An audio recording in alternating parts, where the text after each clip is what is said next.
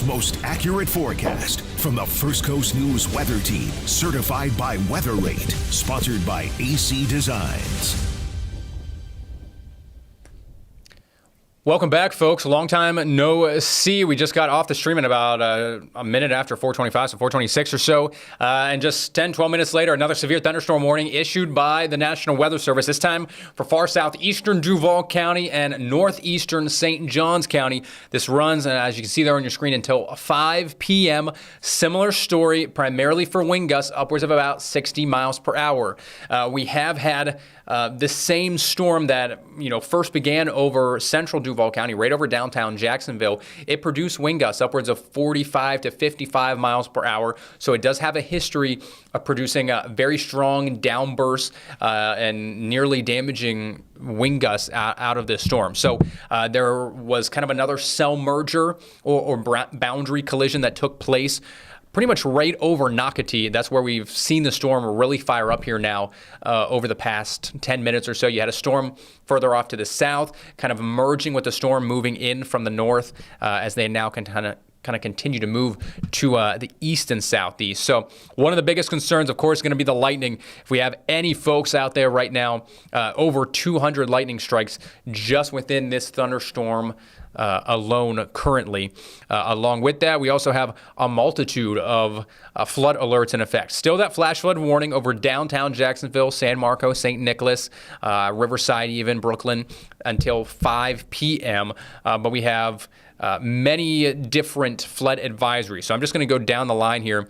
St. Johns County, which includes Butler, St. Augustine, and Volano Beach, that flood advisory goes until 6. Similar story for, from folks from World Golf Village up towards Durban, Nocatee, Ponte Vedra as well.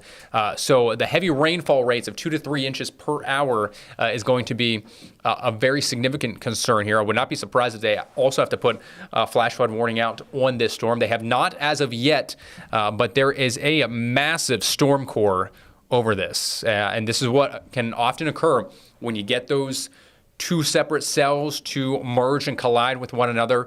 That just enhances the uplift, enhances the updraft and storm core itself. So this is a very strong, dangerous thunderstorm, pretty much situated right over Nocatee. So we zoom in, and Chief Meteorologist Lewis Turner just walked in as well. So Luke, feel free to chime in. But this is approaching A1A there. We were talking, we were just on air, so if you're joining us from to our stream, outstanding, thank you. So this is, so you mentioned over Nocatee, and if you kind of zoom on down into the storm core, so Davis Park Road, and we were talking about, high schools getting prepared for their game, and this is very close to Ponte Vedra High School, right there at Valley Ridge, and moving towards, through Palm Valley, over A1A. This would be the neighborhoods just getting over the Intracoastal towards Roscoe Road and up and down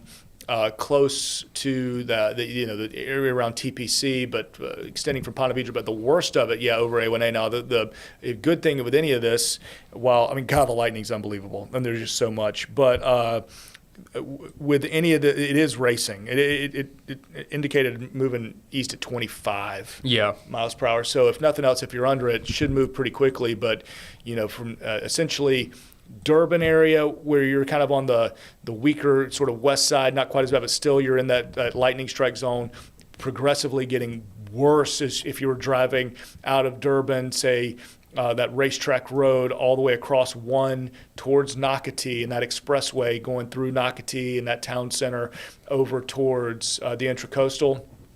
And again, near Ponte Vedra High School, that is a real strong, blinding sort of storm there. And so you'd be right under it, and will be for the next 10, 15 minutes or so.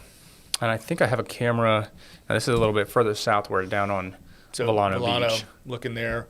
Big waves. You see the ponding in the parking lot there, indicative they've certainly had some showers. They had that shower that's now moving offshore. In fact, that was over downtown St. Augustine. Yeah. So when really it was the northern extent of that kind of almost Collided. ran right Right. up A1A and collided with a storm that was moving out of downtown and Jacksonville south side. And this is the result of that. This just huge blow up just to the east of Nocatee there and right over A1A in northeastern St. Johns County. So moving over intracoastal leading edge there.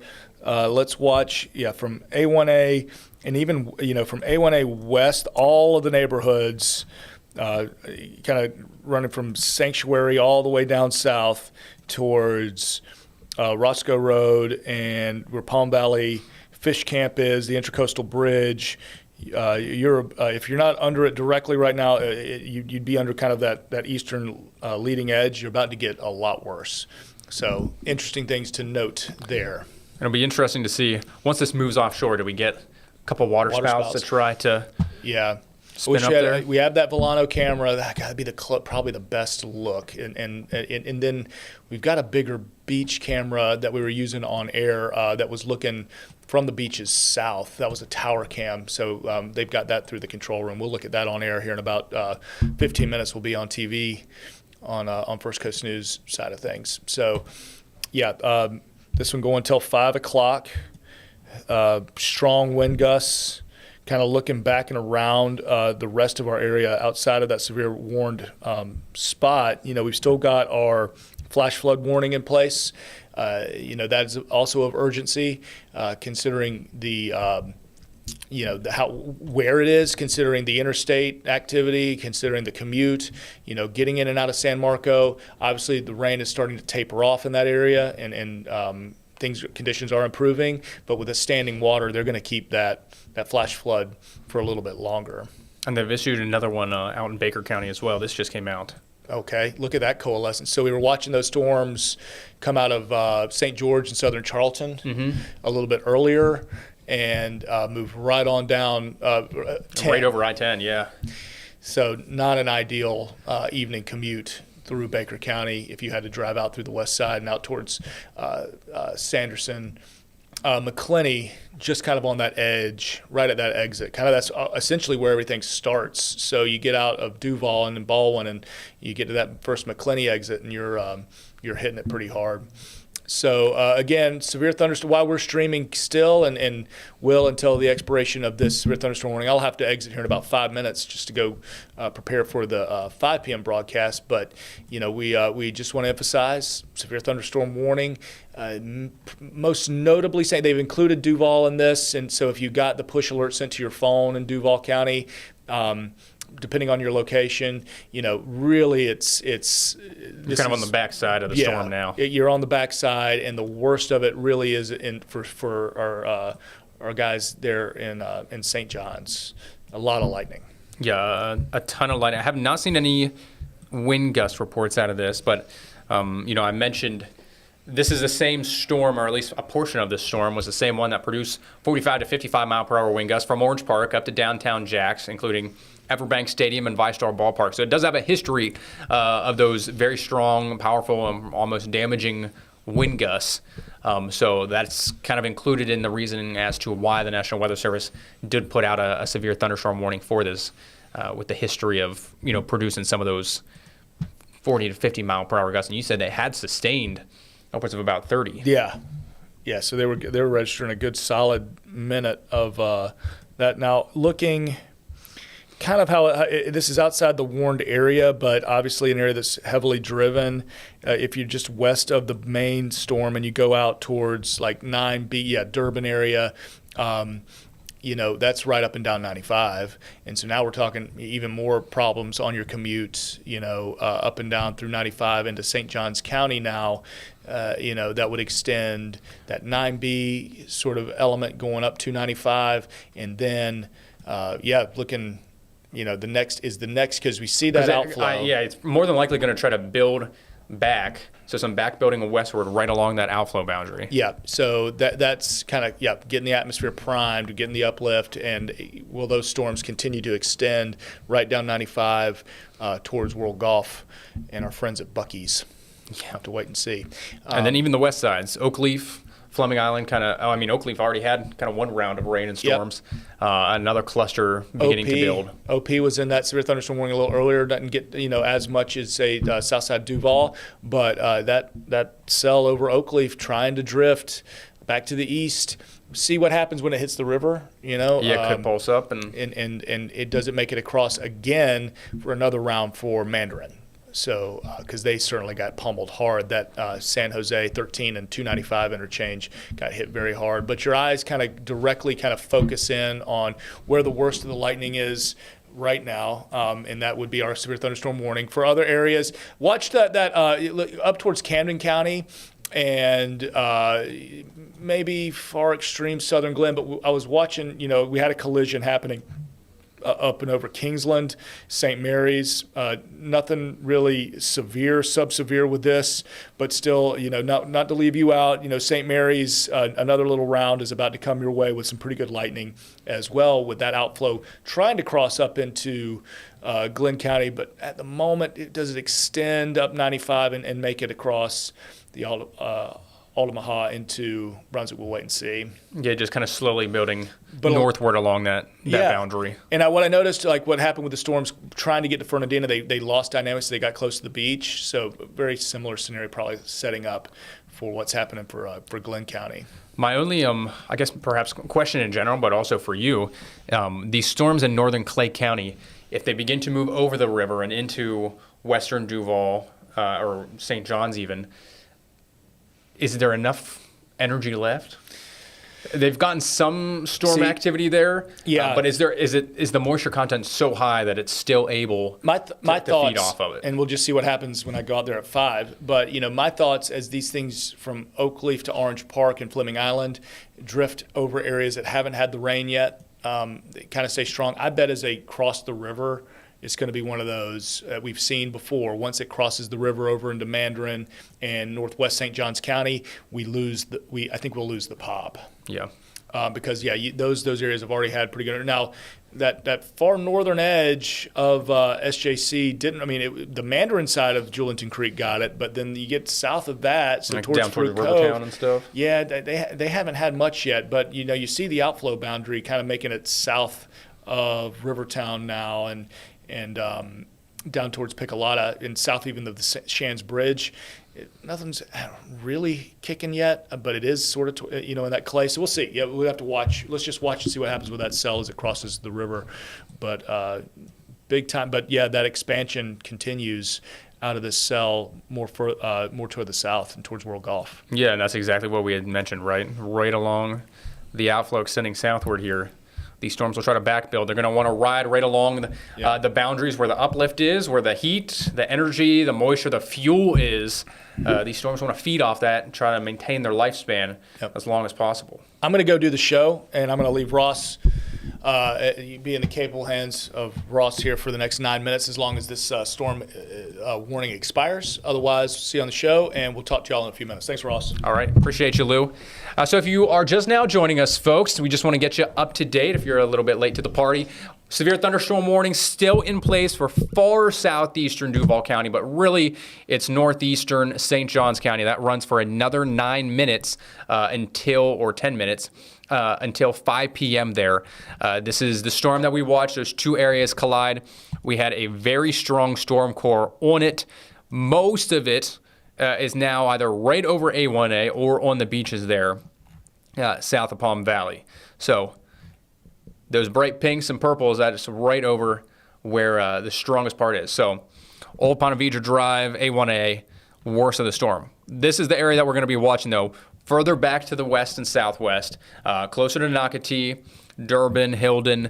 The storm is beginning to backbuild a little bit closer to where that outflow boundary is currently set up just to the south of the area. So we'll watch there over towards World Golf Village and more so into central St. Johns County, closer to County Road 16 and 95. We could see this storm continue to build that way. So although you may not be in the severe thunderstorm warning right now, of course, we're going to continue to watch that. Elsewhere, as Lou and I were kind of taking a radar tour earlier, let me switch over to the other radar so we don't have the warning popping up constantly. So northern Clay County, so this is just north of Middleburg, at least the heaviest of it. Fleming Island, Oakleaf, Orange Park could be seeing some of this. So for the time being, staying just to the west of Highway 17, but still some pretty strong storms there. We'll look at the storm cores in a moment. And then Baker County and even into Columbia County as well. So north of I-10 in Columbia County, kind of the trailing end of these storms. But from McClenny back to Sanderson, some very strong storms there. We've mentioned the flood advisories that are in place for a multitude of these storms and areas. Rainfall rates upwards of about 2 to 3 inches per hour.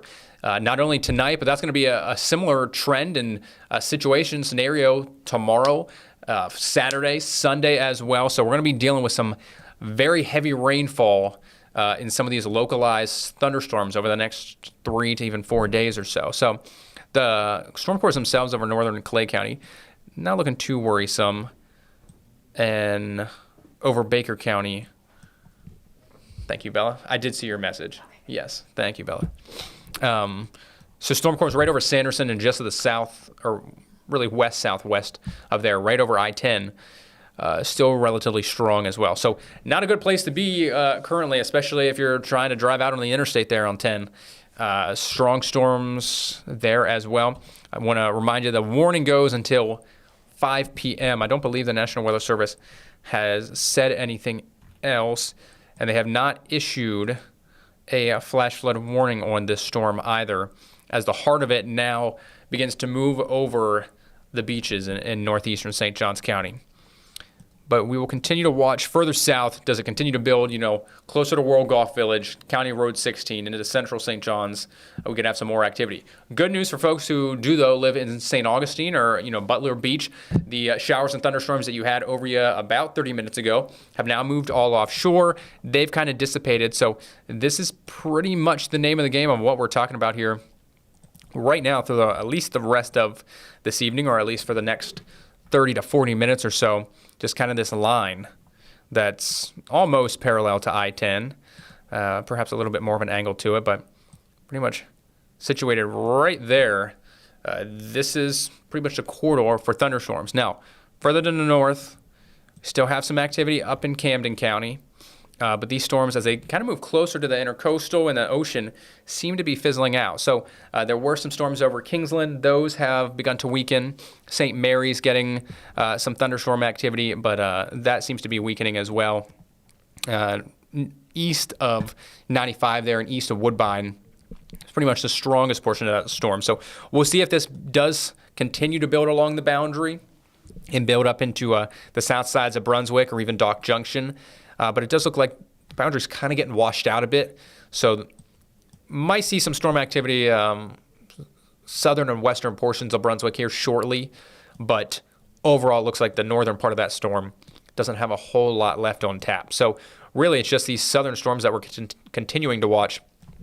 Two strongest areas, Baker County right over Sanderson, and of course, northeastern St. Johns County. So southern part of Ponte Vedra Beach, down through Palm Valley, Nocatee, Durbin, all currently included in that severe thunderstorm warning, and the flood advisory that is in place as well. There's kind of overlapping flood advisories currently.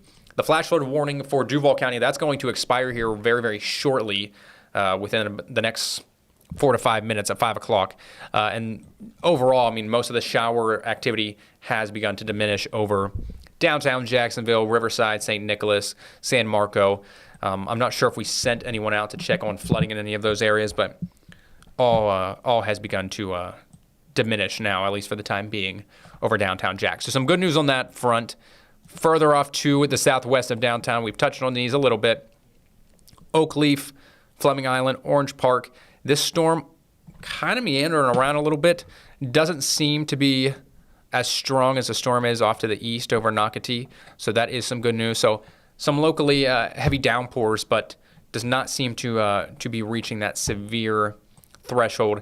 And the Storm Corps is going to verify that for us as well. So the worst of this severe thunderstorm warning about to move offshore there in far northeastern St. Johns County. It runs for another 3 minutes We'll continue to monitor it here. And of course, Chief Meteorologist Lewis Turner will have more updates for you on First Coast News at 5 p.m. For now, I'm meteorologist Ross Mumal. Take care, folks.